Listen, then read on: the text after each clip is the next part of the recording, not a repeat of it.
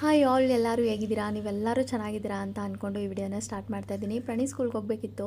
ಅವ್ನಿಗೆ socks collect ಮಾಡ್ಕೊಬಾರೋ ಅಂತ ಹೇಳ್ತಾ ಇದ್ದೀನಿ. ಲಾಸ್ಟ್ ಇಯರ್ ಅಲ್ವಾ ತೊಗೊಂಡಿದ್ದು, ಎಲ್ಲ ಸ್ವಲ್ಪ ಲೂಸ್ ಆಗಿಬಿಟ್ಟಿತ್ತು. ಅವ್ನಿಗೆ ಕಾನ್ಫಿಡೆಂಟ್ ಬರಲಿ ಟೀಚರ್ಸ್ ಹತ್ರ ಎಲ್ಲ ಮಾತಾಡೋಕ್ಕೆ ಅಂತ ಅಂದ್ಬಿಟ್ಟು ನಮ್ಮ ಮನೆಯವರು ಹೇಳಿ ಕಳಿಸ್ತಾ ಇದ್ವಿ. ಅವನು ಸ್ಕೂಲ್ ಹತ್ರ ಹೋಗಿ ಕೇಳೇ ಇಲ್ಲ. ಸೊ ಓಕೆ, ಅವ್ನು ಕೇಳಲ್ಲ ಅಂತ ಅನ್ನಿಸ್ತು. ಹಂಗಾಗಿ ನಾನೇ ಹೋಗಿ ತೊಗೊಬರೋಣ ಅಂತ ಅಂದ್ಬಿಟ್ಟು ಹೋಗಿದ್ದೆ. ಅವ್ರು ಸ್ಕೂಲ್ಗೆ ಹೋಗ್ಬೇಕಾದ್ರೆ ಈ ಥರ ಗಿಡ ಮರಗಳು, ಹೂವುಗಳೆಲ್ಲ ನನಗೆ ಸಿಕ್ಕಾಪಟ್ಟೆ ಇಷ್ಟ ಆಗುತ್ತೆ. ನನಗೆ ನೇಚರ್ಗೆ ಏನು ಹತ್ರ ಇದೆ ಅದೆಲ್ಲ ತುಂಬಾ ಇಷ್ಟ ಆಗುತ್ತೆ. ಸೊ ಹಂಗಾಗಿ ಕ್ಲಿಪ್ಪಿಂಗ್ಸ್ನ ತೊಗೊಂಡಿದ್ದೆ.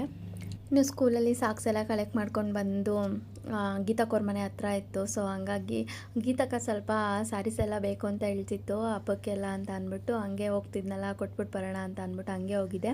ಆ ವಿಡಿಯೋನ ಗೀತಕ್ಕನ ಚಾನಲಲ್ಲಿ ಆಲ್ರೆಡಿ ಅಪ್ಲೋಡ್ ಮಾಡಿದ್ದೀವಿ. ತುಂಬಾ ಚೆನ್ನಾಗಿದೆ. ನಮಗೆ ಕೆಲವೊಂದು ವೀಡಿಯೋಸ್ಗಳು ನನಗೆ ಅಷ್ಟೊಂದು ಕಾನ್ಫಿಡೆಂಟಾಗಿ ಮಾಡೋಕ್ಕೆ ಬರಲ್ಲ. ತುಂಬ ಚೆನ್ನಾಗಿ ಮಾಡೋರು ಇದ್ದಾರೆ. ಎಷ್ಟು ನಮಗೆ ಹೆಂಗೆ ಬರುತ್ತೆ ಅಷ್ಟು ಕಾನ್ಫಿಡೆಂಟಲ್ಲಿ ನಾವು ವಿಡಿಯೋನ ಮಾಡಿದ್ವಿ. ಬೇರೆಯವ್ರಿಗೂ ಹೆಲ್ಪ್ ಆಗುತ್ತೆ ಅಂತ ಅಂದ್ಬಿಟ್ಟು ಕಲರ್ಸ್ ಎಲ್ಲ ತೋರ್ಸೋಕ್ಕೆ ಗೀತಕ್ಕ ಇದ್ದರೆ ಸ್ವಲ್ಪ ಹೆಲ್ಪ್ ಆಗುತ್ತೆ ಅಂದ್ಬಿಟ್ಟು ಗೀತಕ್ಕನ ಹೆಲ್ಪ್ ತೊಗೊಂಡು ವೀಡಿಯೋ ಮಾಡಿಕೊಂಡು ಬಂದೆ. ಇನ್ನು ಸ್ವಲ್ಪ ಟ್ರಿಪ್ಪಲ್ಲಿ ಕ್ಲಿಪ್ಪಿಂಗ್ಸ್ ಮಿಸ್ ಆಗಿತ್ತು, ಅದನ್ನೊಂದು 2 ಆ್ಯಡ್ ಮಾಡಿದ್ದೀನಿ ಅಷ್ಟೇ ಮಧ್ಯದಲ್ಲಿ. ಸ್ಕೂಲ್ ಹತ್ರ ನೋಡಿ ಎಷ್ಟು ಚೆನ್ನಾಗಿರುತ್ತೆ ಅಂದರೆ, ಅದು ನನಗೆ ಅಲ್ಲೋದ್ರೂ ಅಷ್ಟೇ ನೇಚರ್ಗೆ ಹತ್ರನೇ ಅಂತ ಅನಿಸುತ್ತೆ. ಗಿಡ ಮರಗಳು, ಅಲ್ಲಿ ಸಾಕಿರೋ ಕೋಳಿಗಳಿರ್ಬೋದು ಎಲ್ಲ. ಇನ್ನು ದೀಪು ಮತ್ತು ಧನ್ವಿ ಇಬ್ಬರು ಟ್ರಿಪ್ಗೆ ಹೋಗಿ ಹಿಂದಿನ ದಿನ ಇದು ನನ್ನ ಹೊಸ ಮೊಬೈಲ್ಗೆ ಇದು ಟೆಂಪರ್ ಗ್ಲಾಸು ಮತ್ತು ಕವರೆಲ್ಲ ಹಾಕಬೇಕಿತ್ತು. ಅದೆಲ್ಲೂ ಸಿಗ್ತಾ ಇರಲಿಲ್ಲ. ನಮ್ಮ ಧನ್ವಿ ಸಿಕ್ಕಾಬಟ್ಟೆ ತೀಟೆ ಆಯಿತಾ.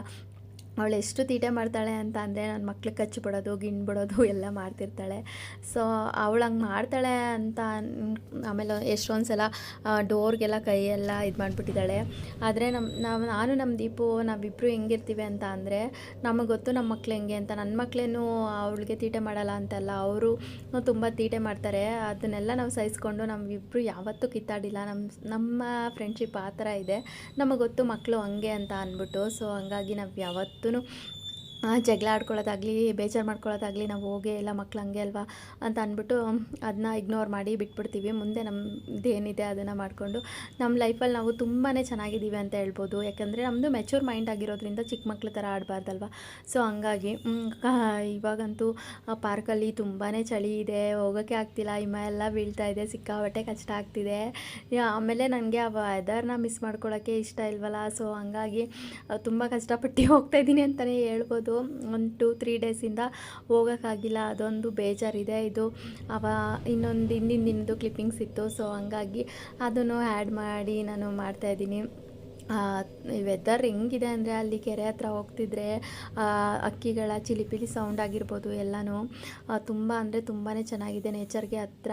ನಾಳೆ ಹೇಗಿರುತ್ತೋ ಗೊತ್ತಿಲ್ಲ. ಇವತ್ತಿನ ದಿನ ನಮಗೇನು ಖುಷಿ ಸಿಗುತ್ತೆ ಅದನ್ನ ಎಂಜಾಯ್ ಮಾಡಬೇಕು. ಮತ್ತು ನನ್ನ ಮಕ್ಕಳು ಡೇ ಫುಲ್ಲು ನನ್ನ ಹತ್ರನೇ ಇರ್ತಾರೆ. ನನಗೇನಾದರೂ ಫ್ರೀ ಟೈಮ್ ಅನ್ನೋದು, ಫ್ರೀಯಾಗಿ ಏನಾದರೂ ಕೆಲಸ ಮಾಡ್ತೀನಿ ಅಂದರೆ ಅದು ನನಗೆ 5 ಗಂಟೆಗೆ ಎದ್ರೇ ಮಾತ್ರ. ನನ್ನ ಪಾಡಿಗೆ ನಾನು ಆರಾಮಾಗಿ ನನಗೆ ಏನು ಬೇಕು ಮಾಡ್ಕೋಬೋದು.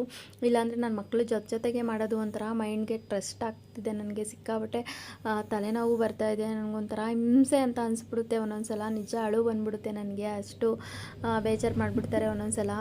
ಸೊ ಹಂಗಾಗಿ ಇನ್ನು ಇತ್ತೀಚಿನ ದಿನಗಳಲ್ಲಿ ನನಗೆ ತುಂಬ ನಾವು ಮೊನ್ನೆ ಸ್ಯಾರಿ ಬ್ಲೌಸ್ ಸ್ಟಿಚ್ ಮಾಡಿಸೋಣ ಅಂತ ಹೋಗಿದ್ವಿ ಆಯಿತಾ. ಅಲ್ಲಿ ಒಂದು ಆಂಟಿಗೆ ಬ್ರೆಸ್ಟ್ ಕ್ಯಾನ್ಸರ್ ಆಗಿಬಿಟ್ಟಿದೆ.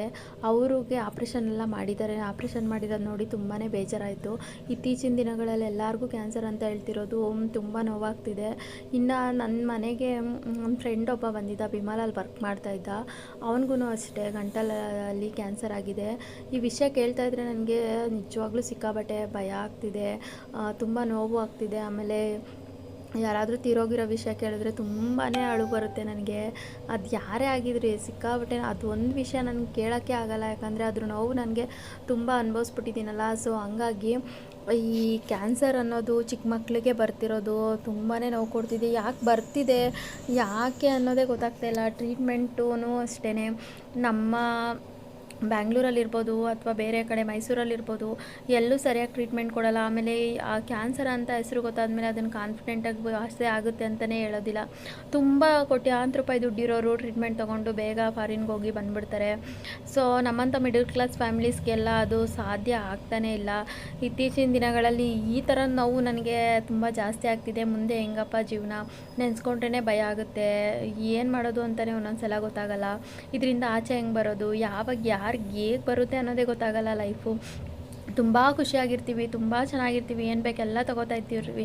ಸಡನ್ನಾಗಿ ಒಂದು ಅಲೆ ಬಂದಂಗೆ ಅದು ಜೀವನದಲ್ಲಿ ಯಾರ ಜೀವನದಲ್ಲಿ ಅದು ಅಲೆ ಬಂದು ಹೊಡೆಯುತ್ತೆ ಅನ್ನೋದೇ ಗೊತ್ತಾಗಲ್ಲ. ತುಂಬ ಜೀವನ ಸಿಕ್ಕಾಪಟ್ಟೆ ಕಷ್ಟ. ಆಮೇಲೆ ಇವತ್ತಿದ್ದೋರು ನಾಳೆ ಇರಲ್ಲ. ಈ ಥರದ್ದೆಲ್ಲ ನೋಡ್ತಿದ್ರೆ ತುಂಬ ಲೈಫಲ್ಲಿ ನಾವು ಕಲಿಯೋದಿರುತ್ತೆ. ಯಾರಿಗೂ ನೋವು ಮಾಡಬಾರ್ದು, ದುಡ್ಡಿನ ವಿಷಯಕ್ಕೆ ಯಾರನ್ನೂ ದೂರ ಮಾಡ್ಕೋಬಾರ್ದು. ದುಡ್ಡಿಗಿನ್ನ ಇಂಪಾರ್ಟೆಂಟು ಮನುಷ್ಯರು ಅನ್ನೋದೇ ನನಗೆ ಗೊತ್ತಾಗಿರೋದು ನಮ್ಮಣ್ಣ ನಮ್ಮಮ್ಮ ಹೋದ್ಮೇಲೆ. ನಮ್ಮಮ್ಮ ಹೋದ್ಮೇಲಿನ್ನಕ್ಕಿಂತ ನಮ್ಮ ಅಣ್ಣ ಹೋದ್ಮೇಲೆ ನಂಗೆ ತುಂಬಾ ಜೀವನ ಅರ್ಥ ಆಗಿದೆ. ಆ ಅರ್ಥ ಆಗಿರೋ ಜೀವನದಲ್ಲಿ ನಾನು ಯಾರಿಗೂ ಹರ್ಟ್ ಮಾಡೋಕ್ಕೆ ಇಷ್ಟಪಡಲ್ಲ, ಯಾರಿಗೂ ನೋವು ಮಾಡೋಕ್ಕೆ ಇಷ್ಟಪಡಲ್ಲ. ಆಮೇಲೆ ನಾನು ಚಿಕ್ಕದ್ರಿಂದನೂ ಅಷ್ಟೇ ದುಡ್ಡಿಗೆ ಯಾವತ್ತೂ ವ್ಯಾಲ್ಯೂ ಕೊಟ್ಟಿಲ್ಲ. ನಾನು ಅವಾಗಿಂದನೂ ಅಷ್ಟೇ ನಂಗೆ ಎಲ್ಲಿ ಪ್ರೀತಿ ಇರುತ್ತೆ, ಎಲ್ಲಿ ಪ್ರೀತಿ ಸಿಗ್ತದೆ ಅಲ್ಲಿ ಮಾತ್ರ ನಾನು ಹೋಗ್ತಾ ಇದ್ದಿದ್ದು. ನನ್ನ ಫ್ರೆಂಡ್ಶಿಪ್ ಸರ್ಕಲಲ್ಲೂ ಅಷ್ಟೇ ನಾನು ದುಡ್ಡಿರೋರ ಹತ್ರ ಫ್ರೆಂಡ್ಶಿಪ್ ಮಾಡೋದು, ಅವ್ರ ಹತ್ರ ಹೋಗೋದು, ಆ ಥರದ್ದು ಕ್ಯಾರೆಕ್ಟ್ರೇ ಅಲ್ಲ. ಕೋಟಿಗಿರಲಿ ಅವ್ರ ಹತ್ರ ಪ್ರೀತಿ ಇಲ್ಲ ಅಂದರೆ ನಾನು ಎಡಗಾಲು ಇಡಲ್ಲ. ಸೊ ಯಾಕೆ ಹೇಳ್ತಾ ಇದ್ದೀನಿ ಅಂದರೆ, ಇತ್ತೀಚಿನ ದಿನಗಳಲ್ಲಿ ದುಡ್ಡಿನಿಂದ ಕೆಲವೊಬ್ಬರನ್ನ ಕಳ್ಕೊಳ್ಳೋದು, ಮಕ್ಕಳು ವಿಷಯಕ್ಕೆ ಕೆಲವೊಬ್ಬರನ್ನ ಕಳ್ಕೊಳ್ಳೋದು, ಈ ಥರದ್ದೇ ಆಗ್ತಾಯಿದೆ.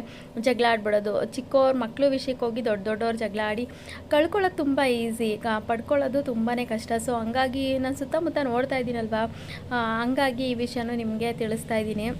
ಮಕ್ಳ ವಿಷಯಕ್ಕೆ ಯಾವತ್ತೂ ದೊಡ್ಡವ್ರು ಜಗಳ ಆಡ್ಕೋಬೇಡಿ. ಮಕ್ಕಳು ಮಕ್ಕಳೇ. ಅವರು ಸ್ವಲ್ಪ ನೋವಾದ್ರೂ ನೋವು ಮಾಡ್ಕೊಂಡು ಆಮೇಲೆ ಅವರೇ ಆಟ ಆಡ್ತಿರ್ತಾರೆ ಜೊತೆಲಿ ಸೇರಿಕೊಂಡು.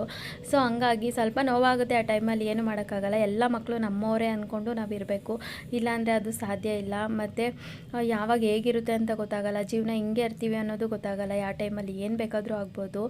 ನನಗೆ ಪರ್ಸ್ನಲಾಗಿ ಇದೆರಡೂ ನೋಡಿ ನನಗೆ ತುಂಬಾ ಬೇಜಾರಾಗ್ತಿದೆ. ನನಗೆ ಏನು ಹೇಳಬೇಕು ಅಂತಲೇ ಗೊತ್ತಾಗ್ತಿಲ್ಲ, ಅಷ್ಟು ನೋವಾಗ್ತಿದೆ. ಅಂದರೆ ಇಂಥ ವಿಷಯ ಕೇಳಿದ್ರೆ ಜೀವನ ಹೆಂಗೆ ನಡೆಸೋದು ಮುಂದೆ ಅನ್ನೋದು ಸಿಕ್ಕಾಬಟ್ಟೆ ಭಯ ಆಗ್ತಿದೆ. ಅದರಲ್ಲೂ ಮಕ್ಳಿಗೆ ಬಂದುಬಿಡುತ್ತಲ್ಲ, ಅದನ್ನು ತಡ್ಕೊಳ್ಳೋಕ್ಕೂ ಆಗಲ್ಲ, ಸಹಿಸ್ಕೊಳ್ಳೋಕ್ಕೂ ಆಗಲ್ಲ. ತುಂಬ ನೋವಂತೂ ಅದನ್ನು ಹೇಳ್ಕೊಳಕ್ಕಾಗಲ್ಲ, ಅಷ್ಟು ನೋವು. ಯಾರಿಗೂ ದೇವರೇ ಈ ಥರ ಮಾಡಬೇಡಪ್ಪ. ನಾನು ಪ್ರತಿ ಸಲ ದೇವಸ್ಥಾನಕ್ಕೆ ಹೋದಾಗ ಕೇಳ್ಕೊಳ್ಳೋದೇ ಅದು, ಯಾರಿಗೂ ಈ ಥರ ಪರಿಸ್ಥಿತಿನ ತಂದಿಡಬೇಡ. ಜೀವನ ನೋಡಿ ಇಲ್ದಿರೋ ಮಕ್ಳಿಗೆ ಯಾಕಪ್ಪ ಈ ಥರ ಕೊಡ್ತೀಯಾ?